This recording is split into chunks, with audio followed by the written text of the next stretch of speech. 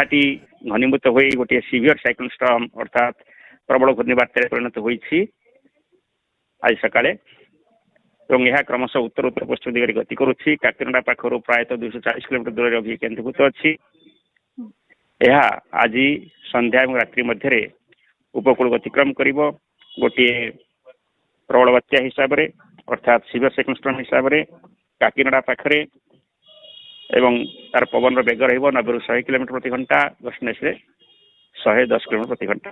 ओडिशा उपरे यार प्रभाव वर्षा आकार आरंभ हो जाइछि। पवन बेग वर्तमान ओडिशा उपकूल निकट समुद्र रही 45 ରୁ 55 किलोमीटर प्रति घंटा पवन प्रवाहित होछि दक्षिण ओडिशा पाखापाखि समुद्र रे एवं दक्षिण ओडिशा उपकूल अंचल एवं आभ्यंतरीण जिला मानक वर्षा हेउछि।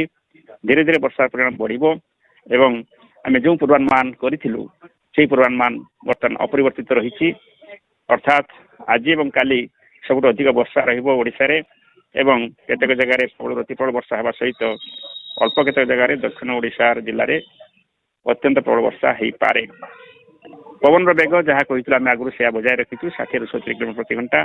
आज 28 तारिख संध्या परे एवं 29 तारिख सकाळ पर्यंत दक्षिण ओडिशा जो जिला स्पेशली कोरापुट नवरंगपुर रायगड़ा मालकानगिरी गजपति गंजाम इत्यादि जिले में अनुभूत होबार संभावना रही।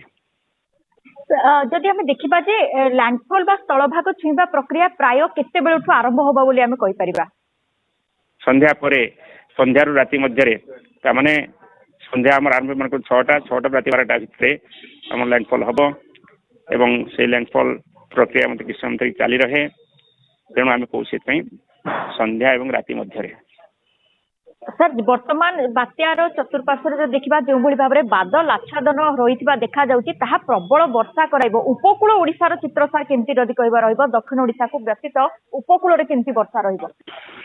दक्षिण ओडिशा रे मध्य दक्षिण ओडिशा उपकूल अंचल कथा आपन कहली उत्तर ओडिशा रे मध्य उपकूल अंचल रे वर्षा आज हबार संभावना रही किंतु बेसी वर्षा दक्षिण ओडिशा जिला मानक हबार संभावना रही।